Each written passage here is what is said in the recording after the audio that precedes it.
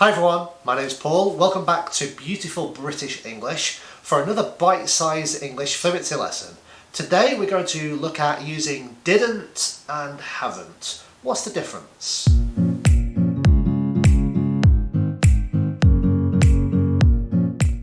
Welcome back. So this little lesson has been inspired by a number of students asking me the same question.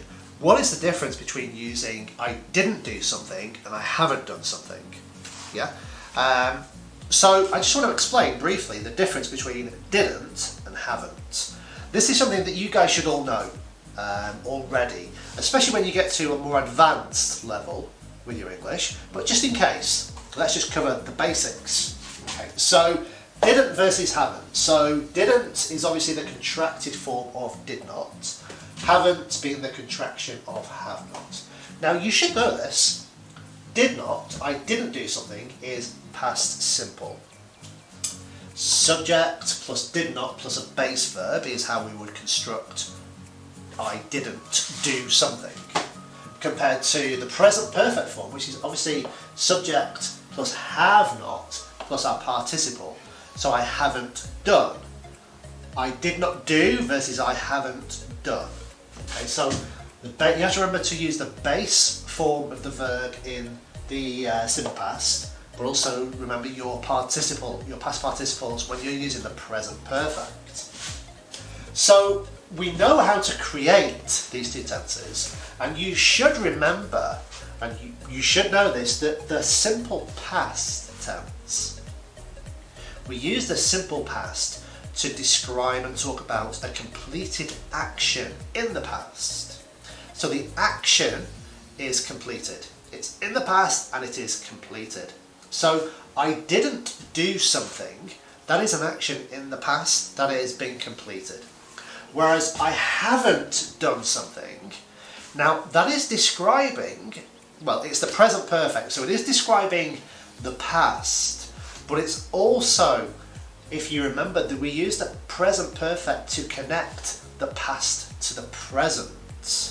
Okay, and that's where the main difference is.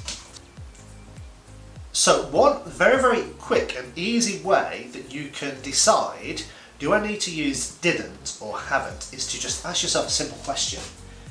Is it still possible to do the thing that you're describing? So, for example, let's imagine that last week you went on holiday to Paris, and I might ask you a question. So did you see the Mona Lisa, the famous Da Vinci painting, the Mona Lisa? Did you see the Mona Lisa? Now you're not in Paris anymore, you're back home. So whether you did or didn't see the Mona Lisa, you know, because it's no longer possible, because you are not still in Paris, it's not possible to see the Mona Lisa. So the answer is no, so you use the past simple to answer the question. So did you see the Mona Lisa? Well, no, I didn't. Or yes, I did. Does that make sense? I hope that makes sense. So if it is not possible to still complete the action that you're describing, you have to use didn't. Okay? If it is possible to still complete the action, you can use the present perfect, haven't. So, for example, if you are still on holiday in Paris and I ask you the question, have you seen the Mona Lisa? You're still in Paris, so there is still the possibility that you can go and see the Mona Lisa. So you would say, no, I haven't. Yeah? So the main reason we use, or the main difference between didn't and haven't, is the possibility to still do something or complete the action. Okay? So just ask yourself a simple question. Is it still possible? If the answer is no, use didn't. If the answer is yes, use the present perfect, haven't. Now, with haven't, we're using the present perfect.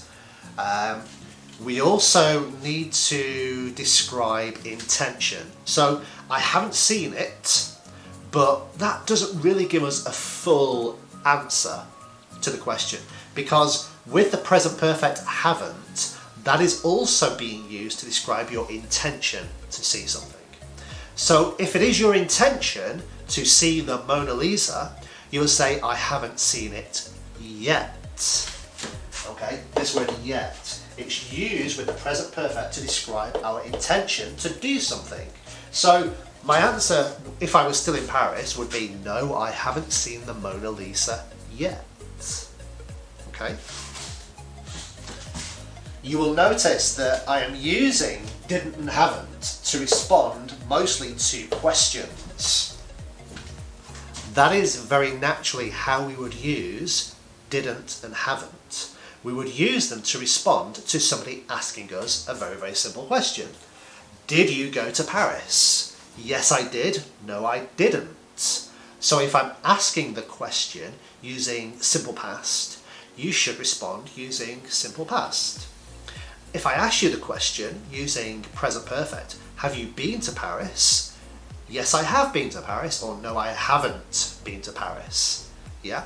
So, if the question that you're being asked is in past simple, you simply answer using past simple. If the question is being asked using the present perfect, answer using the present perfect. That's another way for you to think about which is the best one to use, didn't or haven't. If it's still possible, you use a present perfect. If it's not possible, you use a past simple. But generally, to make it easier and simple for yourself, just listen to the tense of the question. Did you go to Paris? Yes, I did. No, I didn't. Have you been to Paris? No, I haven't. Yes, I have. Okay, does that make sense? I hope it does. Now, the best way for you guys to practice this is just to try and use didn't and haven't, okay? So I'm going to set you guys a little bit of homework, a task. I'd like you guys, based on what we have discussed so far, okay, to think of 10 things, 10 different actions, and with each action I want to ask yourself, is it still possible? And I want you to write some sentences based on using didn't and haven't, simply based on asking yourself this question, is it still possible? Yeah? So try and come up with a good selection of things that are possible and things that aren't possible to practice using didn't and haven't together. If you have any questions, get in contact with me, let me know, and I'm more than happy to answer your questions. If you want to send me one of your sample sentences, send it to me and I'll take a look. So that is the end of today's little bite-sized English fluency lesson. I hope to see you all again soon. Bye for now.